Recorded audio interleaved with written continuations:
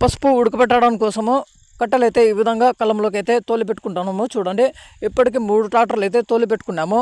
ఇవి సరిపోకపోతే ఇంటి దగ్గర అయితే ఉన్నాయి, అక్కడి నుండి మళ్ళీ ఇక్కడికి తీసుకురావాలి. ఒకవేళ ఇవే మిగిలిపోతే ఇక్కడి నుండి మళ్ళీ అక్కడికి అయితే తీసుకెళ్ళాలి. ఈ విధంగా అయితే ఉంటుంది.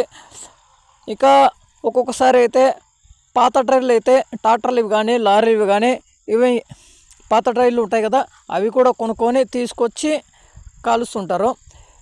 అలాగే పక్కనైతే ఒకసారి చూడండి, పసుపు మిషన్ కూడా వచ్చి ఉంది.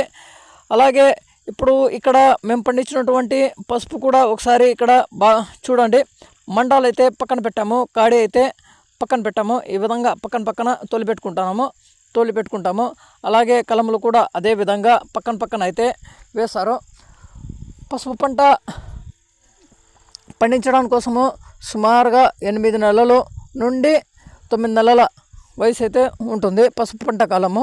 ఇప్పుడు మేము 8 రోజులు అయితే సమయం పట్టింది. అలాగే విత్తనం కోసం కూడా పెట్టుకున్నాము 1 ఎకరా. మళ్ళీ తర్వాత అది కూడా ఆకు కోసేసి ఈ పనులు అయిపోతే మళ్ళీ ఆ పనులు అయితే మొదలు పెడతాము.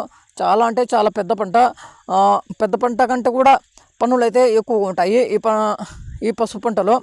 పెద్ద పంట అంటే నాకు తెలిసి అరటి పంట, అందరికంటే కూడా పెద్ద పంట అరటి పంటనే. ఇప్పుడు పనులు అయితే ఎక్కువగా ఈ పసుపు పంటలోనే ఉంటాయి.